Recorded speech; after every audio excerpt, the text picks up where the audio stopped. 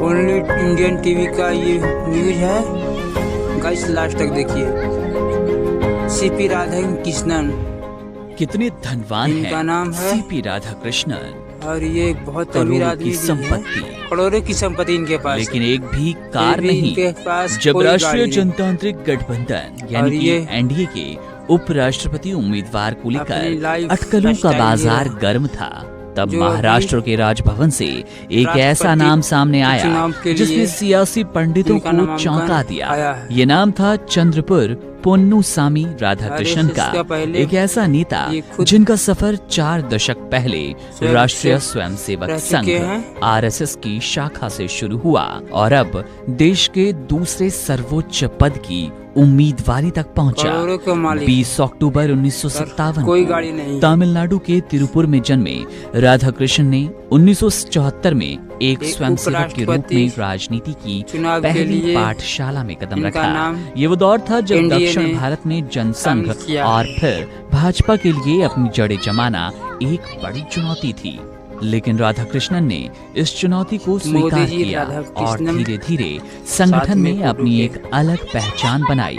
1996 में उन्हें भाजपा तमिलनाडु के सचिव की जिम्मेदारी मिली और इसके ठीक बाद 1998 और 1999 में उन्होंने कोयम्बटूर लोकसभा सीट से लगातार 2 बार जीत दर्ज कर अपनी काबिलियत का लोहा मनवाया। उनकी ये जीत इसलिए भी खास थी क्योंकि ये उस क्षेत्र से आई थी जिसे भाजपा का गढ़ नहीं माना जाता।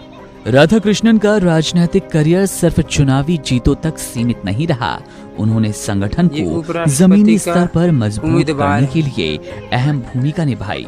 2004 से 2007 तक वे तमिलनाडु भाजपा के प्रदेश अध्यक्ष रहे और फिर बाद में केरल जैसे महत्वपूर्ण राज्य का प्रभारी बने। उनका अनुभव सिर्फ राष्ट्रीय राजनीति तक सीमित नहीं रहा। 2004 में उन्होंने संयुक्त राष्ट्र महासभा में भारत के संसदीय प्रतिनिधिमंडल का प्रतिनिधित्व किया और ताइवान की पहली संसदीय यात्रा में शामिल हुए, जिससे उन्हें अंतर्राष्ट्रीय पटल की भी गहरी समझ मिली। समय के साथ पार्टी ने उनके अनुभव और प्रशासनिक कौशल पर भरोसा जताया और उन्हें संवैधानिक पदों पर भेजा।